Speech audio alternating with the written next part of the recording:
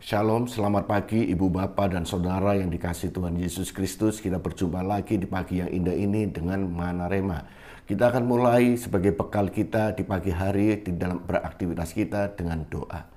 Bapa Surgawi, Allah yang kami sembah, di dalam nama Tuhan Yesus Kristus, kami bersyukur bahwa Tuhan masih memelihara kami, memberikan nafas yang baru, hidup yang baru, dan juga kesempatan yang baru untuk sepanjang hari ini.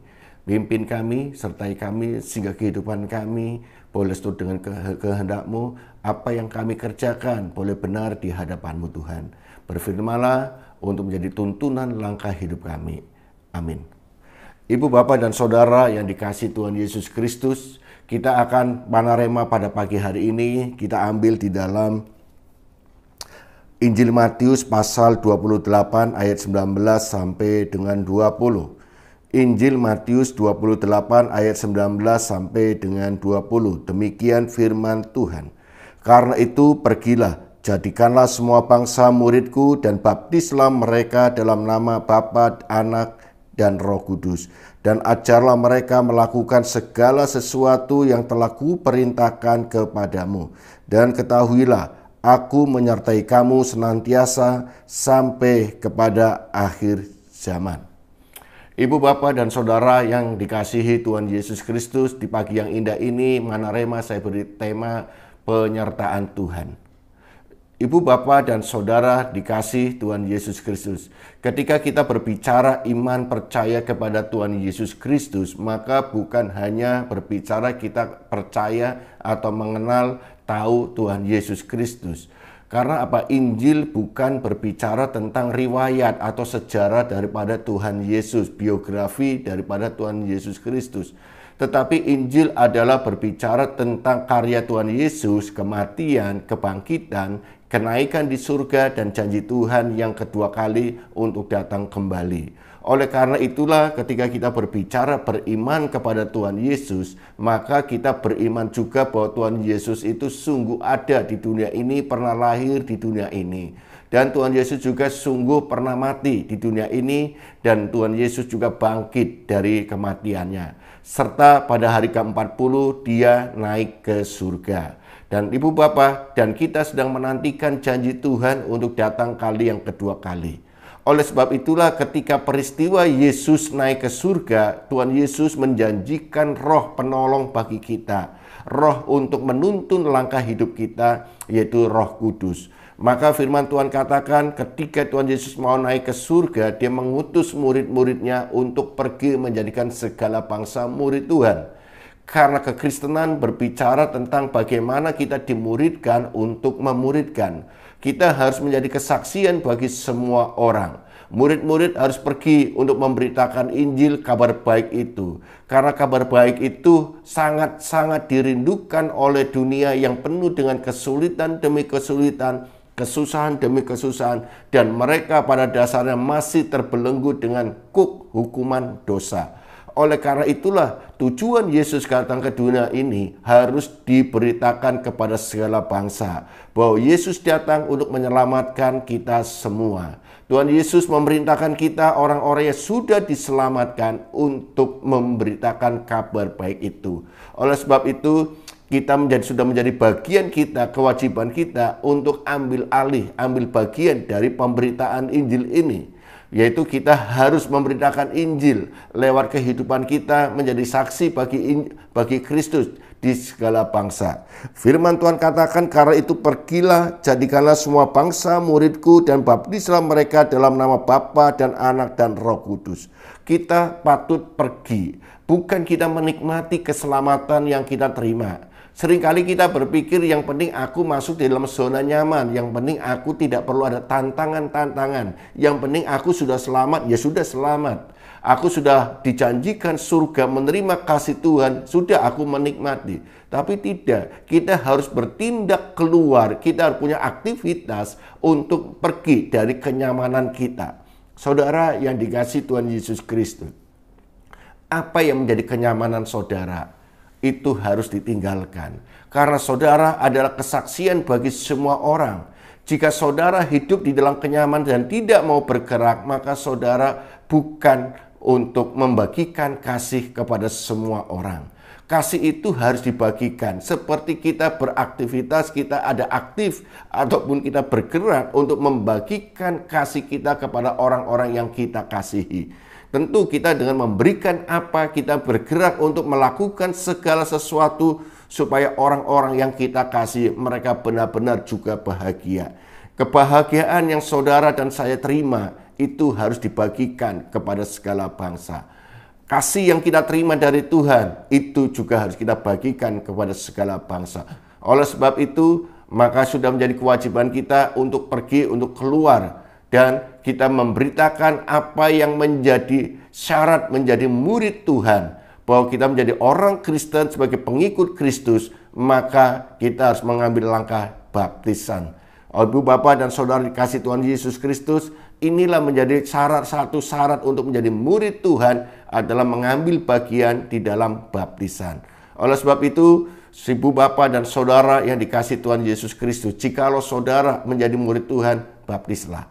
Dan untuk kita pergi untuk segala bangsa memberitakan kabar baik itu Injil kepada segala bangsa, Tuhan Yesus menjanjikan penolong untuk kita, yaitu penyertaan kepada kita. Di dalam ayat yang ke-20 dikatakan, dan ajarlah mereka melakukan segala sesuatu yang telah kuperintahkan kepadamu. Dan ketahuilah aku menyertai kamu senantiasa sampai kepada akhir zaman. Tuhan ketika mengutus kita untuk keluar dari zona nyaman, dan mungkin dalam pemberitaan Injil kita melalui kehidupan saudara ada tantangan demi tantangan. Tetapi janji Tuhan mengatakan, aku akan menyertai engkau. Nah, ibu, bapak, bukti penyertaan Tuhan apa? Yang pertama adalah firman Tuhan. Dikatakan, dan ajarlah mereka melakukan segala sesuatu yang telah kuperintahkan kepadamu.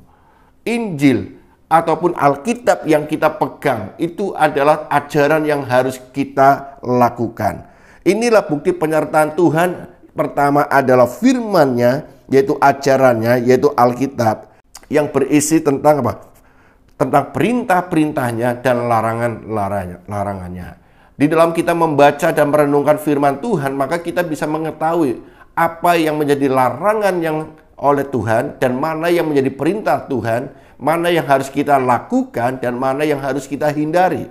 Oleh sebab itu, sebagai orang percaya yang mengikuti ajaran Tuhan Yesus Kristus, menjadi murid Tuhan Yesus, sudah seharusnya kita memahami apa itu firman Tuhan.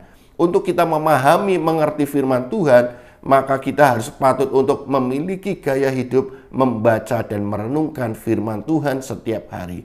Sehingga firman Tuhan itu akan menegur kita, mengevaluasi kita, sehingga kita boleh mengerti mana yang harus kita kerjakan.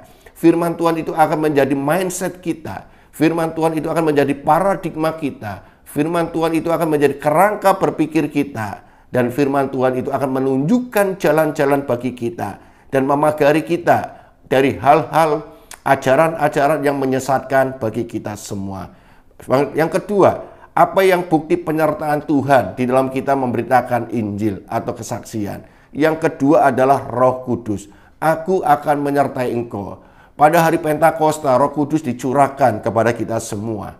Maka kita sudah menerima janji Tuhan untuk penolong kita bagi kita, penghibur bagi kita, yaitu Roh Kudus. Dengan adanya Roh Kudus diberikan, dicurahkan kepada kita semua, maka kita menerima kuasa daripada Tuhan Yesus Kristus. Kita diberi kuasa oleh Tuhan untuk melakukan segala perkara-perkara yang besar, yang mungkin bagi manusia itu mustahil, tetapi bagi Tuhan tidak ada yang mustahil. Oleh sebab itu, di dalam penyertaan dengan Tuhan, kita bisa melakukan tindakan-tindakan yang kadang-kadang hitung-hitungannya itu manusia tidak mampu. Tetapi bagi Tuhan, bersama dengan Tuhan, kita pasti dimampukan. Nah, saudara yang dikasih Tuhan Yesus Kristus, oleh karena itulah bersama dengan Tuhan kita disanggupkan melakukan segala peristiwa. Kita menghadapi peristiwa-peristiwa, dan itu ada Tuhan izinkan terjadi dalam kehidupan kita. Untuk apa? Untuk kita boleh semakin mengenal Yesus Kristus sebagai Tuhan dan Juru Selamat kita.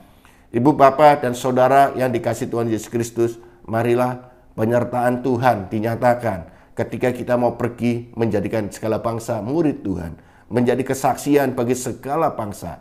Yang pertama adalah melalui firman-Nya. Yang kedua, melalui Roh Kudus-Nya. Ibu, bapak, dan saudara yang dikasihi Tuhan Yesus Kristus, sepanjang hari ini yang akan dijalani, mari percayalah Tuhan menyertai saudara. Saudara tidak berjalan sendiri. Saudara tidak melakukan pekerjaan sendiri. Libatkanlah Tuhan di dalam kehidupan. Oleh karena itu, tetap untuk bersaksi bagi semua orang lewat apa yang dikerjakan ibu, bapak, dan saudara. Bagi seorang karyawan, jadilah karyawan yang takut Tuhan, yang berdiri di atas dasar firman Tuhan, dan melakukan dengan kepercayaan diri, keyakinan yang sungguh bersama Tuhan dapat melakukan perkara-perkara yang besar. Sebagai ibu rumah tangga, sebagai kepala rumah tangga, sebagai pelajar, ataupun profesi kegiatan apapun, saudara yakinlah, jadikanlah firman Tuhan sebagai landasan saudara dalam berpikir dan bertindak. Dan dalam perjalanan melakukan perbuatan-perbuatan, Tuhan Yesus akan menuntun kita lewat Roh Kudus-Nya, sehingga saudara tidak dibiarkan untuk sendiri. Nah, ibu, bapak, dan saudara dikasihi Tuhan Yesus Kristus, jalanilah sepanjang hari ini. Percayalah, yakinlah bahwa Tuhan beserta dengan saudara untuk menjadi saksi Tuhan dimanapun ibu, bapak, saudara berada. Dan percayalah Tuhan beserta dengan ibu, bapak semuanya. Amin. Firman Tuhan. Mari kita tunduk kepala. Terima kasih Tuhan. Bersama dengan Tuhan kami boleh melakukan perkara besar.